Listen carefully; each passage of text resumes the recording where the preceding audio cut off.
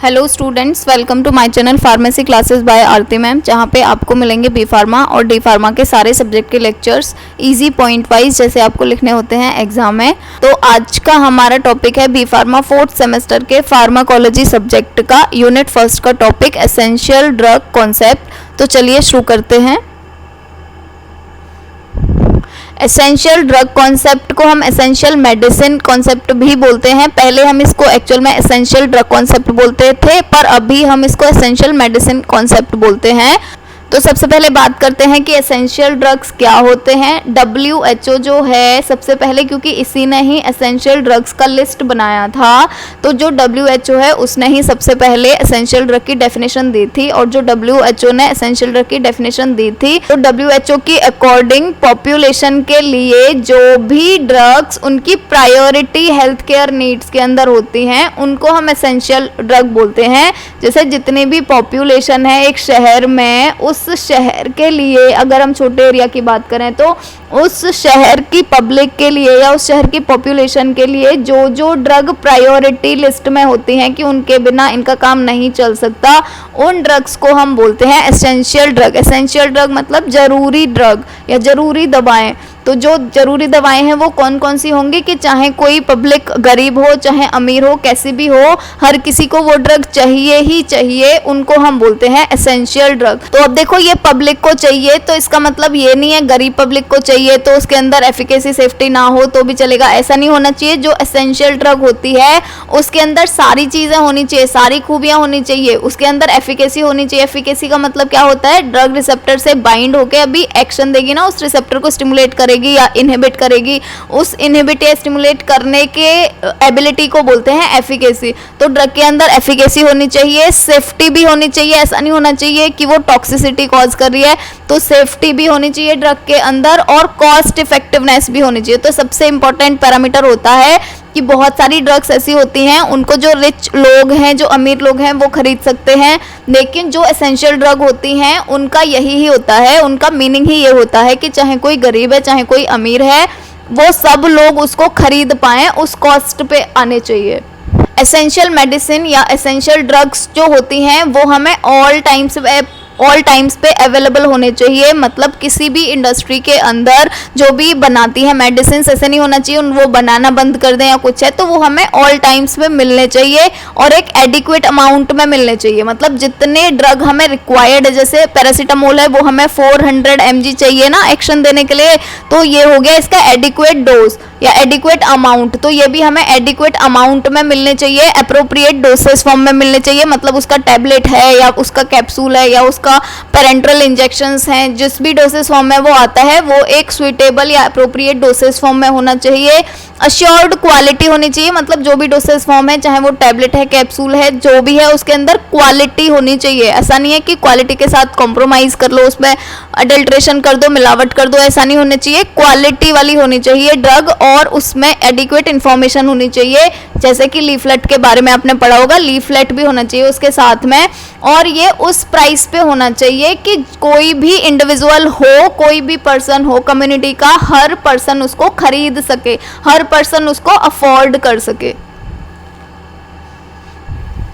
तो यहाँ पर क्या था, WHO जो था सबसे पहले इसी ने ही लिस्ट दी थी। तो WHO ने कुछ क्राइटेरिया निकाले थे कि जो भी एसेंशियल मेडिसिन्स होती हैं उनके क्राइटेरिया क्या क्या होने चाहिए, तब वो एसेंशियल ड्रग्स के अंदर आएंगे। जैसे जितने भी एसेंशियल ड्रग होते हैं, सबसे पहले उनके अंदर एक एडिक्वेट डाटा होना चाहिए उनकी एफिकेसी के बारे में और उनकी सेफ्टी के बारे में। मतलब उसके टेस्ट कर लेने चाहिए कि क्या इसकी एफिकेसी है उतनी, और क्या ये टॉक्सिक तो नहीं है, अगर थोड़ा बहुत डोज ऊपर नीचे हुआ तो टॉक्सिक तो नहीं है, सेफ तो है ना ड्रग। तो इसके हमारे पास में क्लिनिकल ट्रायल्स के रिपोर्ट्स होने चाहिए। नेक्स्ट है कि ये अवेलेबल होनी चाहिए एक सुइटेबल डोसेज फॉर्म में, उस डोसेज फॉर्म में जो इसकी क्वालिटी और स्टेबिलिटी को मेंटेन कर सके। क्वालिटी का मतलब क्या होता है, अगर क्वालिटी के साथ कॉम्प्रोमाइज हुआ तो बायो अवेलेबिलिटी पे भी इम्पैक्ट पड़ेगा ना। बायो अवेलेबिलिटी का मतलब क्या होता है, ड्रग कितना अमाउंट में ब्लड में पहुंच रही है, तो क्वालिटी अगर मेंटेन रहेगी तो वो ठीक अमाउंट में पहुंचेगी, अगर क्वालिटी हमने बिगाड़ दी तो ठीक अमाउंट में वो ड्रग तक भी नहीं पहुंच पाएगी।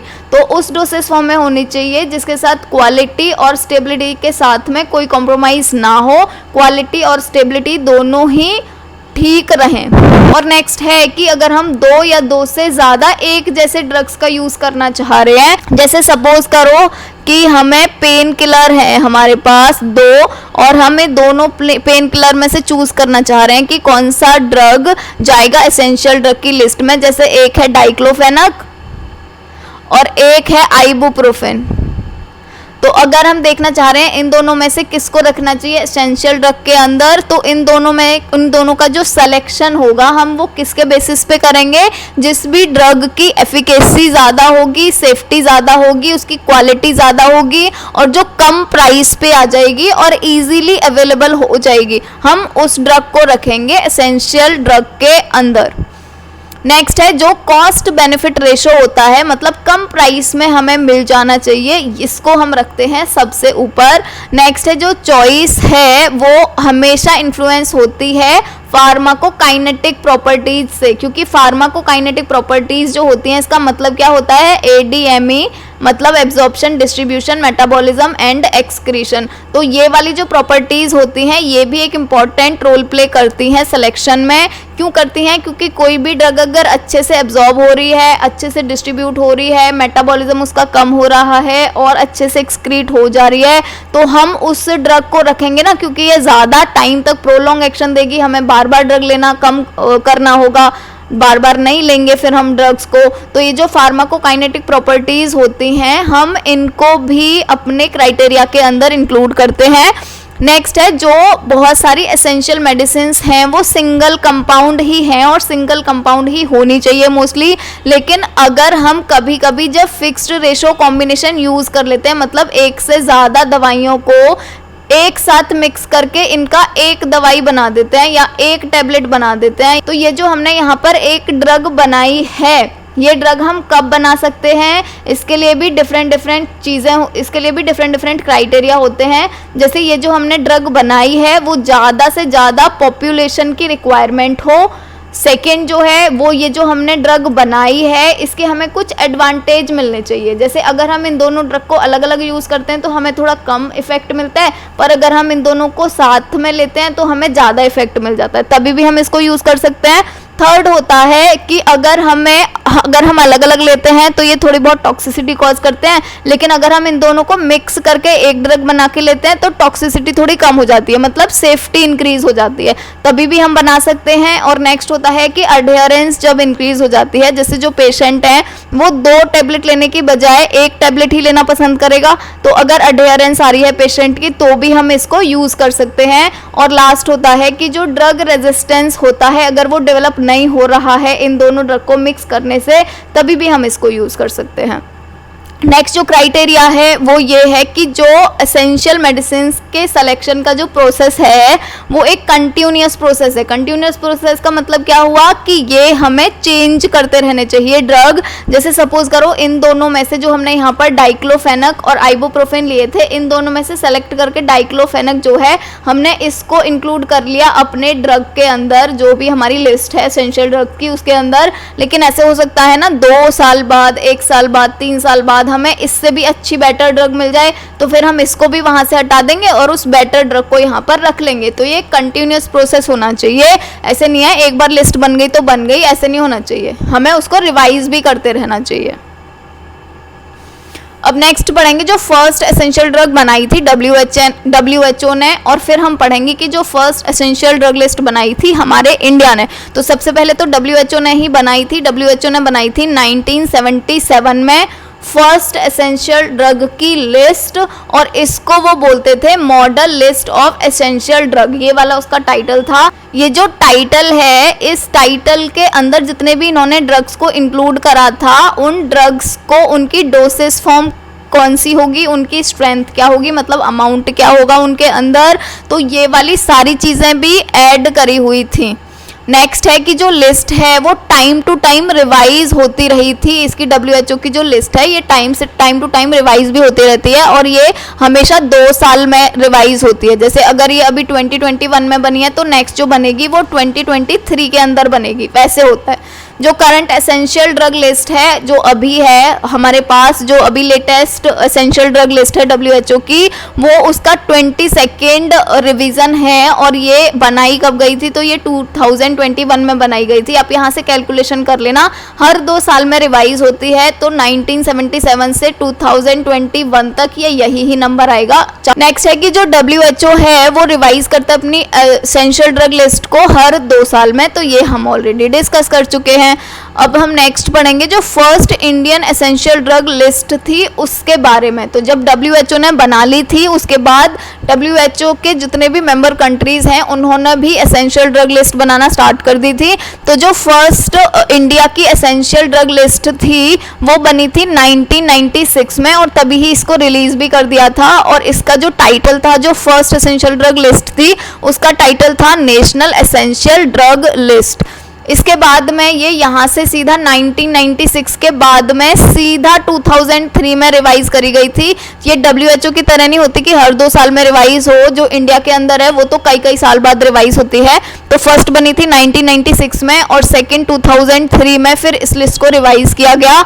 और अभी जो रिवाइज करा गया था तो ये जो टाइटल था नेशनल एसेंशियल ड्रग लिस्ट, इस टाइटल को भी चेंज कर दिया था और यहाँ पर टाइटल दिया गया था national list of essential medicine. जैसे मैं आपको बता रही थी कि ड्रग जो है एसेंशियल ड्रग, उसको भी चेंज करके भी एसेंशियल मेडिसिन ही रख दिया गया है, तो वही है एसेंशियल ड्रग को यहाँ पे चेंज करके एसेंशियल मेडिसिन रख दिया है। इसके बाद में 2003 के बाद में सीधा चेंज हुई थी ये 2011 में। इसके बाद में जो अभी करंट लिस्ट है वो 2011 के बाद में सीधा 2015 में हुई है रिवाइज और यही इसका 4th रिवीजन है। मतलब 2015 में जो बनी थी लिस्ट अभी तक वही ही चल रही है। 2015 के बाद से जो इंडिया की एसेंशियल मेडिसिन लिस्ट है वो रिवाइज ही नहीं हुई है। अगर हम बात करें एसेंशियल ड्रग्स के एग्जाम्पल क्या होंगे, तो paracetamol, metronidazole, quinine, diclofenac, salbutamol, ampicillin and gentamicin, ये सारे के सारे एग्जाम्पल हैं एसेंशियल ड्रग्स के। जितनी भी आप अभी लेने जाते हो मेडिकल स्टोर पे, जितने भी ड्रग्स लेने जाते हो वो सारे के सारे एसेंशियल ड्रग्स ही होते हैं। तो नेक्स्ट हम पढ़ेंगे ऑर्फन ड्रग्स के बारे में। ऑर्फन ड्रग क्या होते हैं, तो एसेंशियल ड्रग वो होते हैं जो हर समय प्रेजेंट होने चाहिए मेडिकल स्टोर पे, पर ऑर्फन ड्रग जो होते हैं वो ड्रग होते हैं जिनको हम रेयर डिसीज में यूज करते हैं। जैसे जो डिसीज किसी पर्सन को होती हैं, ऐसे कॉमन डिसीज नहीं होती हैं, जो रेयर डिसीज होती हैं उनमें जिन ड्रग्स को हम यूज करते हैं उन ड्रग्स को हम रेयर ड्रग्स या ऑर्फन ड्रग्स बोलते हैं। ऑर्फन ड्रग का मतलब क्या होता है, रेयर ड्रग, जिनको हम कभी कभी यूज करते हैं, कभी कभी ही मेडिकल स्टोर वाले पे लोग लेने जाते हैं, उन ड्रग्स को बोलते हैं ऑर्फन ड्रग। ये जो ड्रग होती हैं जो यूज होती हैं डायग्नोस करने के लिए या ट्रीटमेंट करने के लिए या प्रिवेंशन करने के लिए रेयर डिसीज का, जो कभी कभी होती है डिसीज, ऐसी डिसीज में जो यूज करी जाती हैं उनको ही हम बोलते हैं ऑर्फन ड्रग्स। इनके एग्जाम्पल की अगर बात करें तो फोमिपाइजोल, राइफाब्यूटिन और डिगिबाइंड होते हैं। जैसे जो फोमिपाइजोल है वो जो एल्कोहलिक पर्सन होते हैं, जब उनका एल्कोहल छुड़वाना होता है तब हम फोमिपाइजोल यूज करते हैं। जो राइफाब्यूटिन है ये यूज करते हैं ट्यूबरकुलोसिस डिसीज में, और जो डिगिबाइंड है ये यूज करते हैं जब डिजॉक्सिन देते हैं किसी पर्सन को और डिजॉक्सिन का अमाउंट ज्यादा हो जाता है तो डिगॉक्सिन टॉक्सिसिटी हो जाती है, उस टॉक्सिसिटी को कम करने के लिए हम देते हैं डिगिबाइंड। तो इसीलिए ये तीनों के तीनों ड्रग कैसे हो गए, ऑर्फन ड्रग हो गए, क्योंकि ये रेयर डिसीज में यूज करे जा रहे हैं। वाले जो ड्रग्स होते हैं ये लाइफ सेविंग ड्रग्स होते हैं कुछ पेशेंट के लिए, क्योंकि सोचो किसी पर्सन को अगर डिजिटलिस का टॉक्सिसिटी हो गया है तो क्या होगा, अगर उसको नहीं दो डिगिबाइंड तो वो तो मर ही जाएगा ना बेचारा। तो कुछ पेशेंट के लिए ये कैसे होते हैं, लाइफ सेविंग ड्रग्स होते हैं और इनको कमर्शियली ऑब्टेन करना डिफिकल्ट होता है। क्यों होता है, क्योंकि मेडिकल स्टोर वाला क्यों रखेगा ऐसी ड्रग्स जो उसकी ड्रग कम से कम 1 साल बाद या 1.5 साल बाद बिकने वाली है, तो वो क्यों रखेगा ऐसी ड्रग, वो तो ऐसी ड्रग्स रखेगा ना जो डेली बिकने वाली हैं, जैसे एसेंशियल ड्रग्स होती हैं। तो इसीलिए कमर्शियली इनको ऑब्टेन करना डिफिकल्ट होता है। कमर्शियली अगर आप इनको लेने जाओगे मेडिकल स्टोर के पास तो मेडिकल स्टोर पे ये जनरली ऐसे मिलते नहीं है, मतलब कम ही मेडिकल स्टोर वालों पे मिलेंगे। Thank you.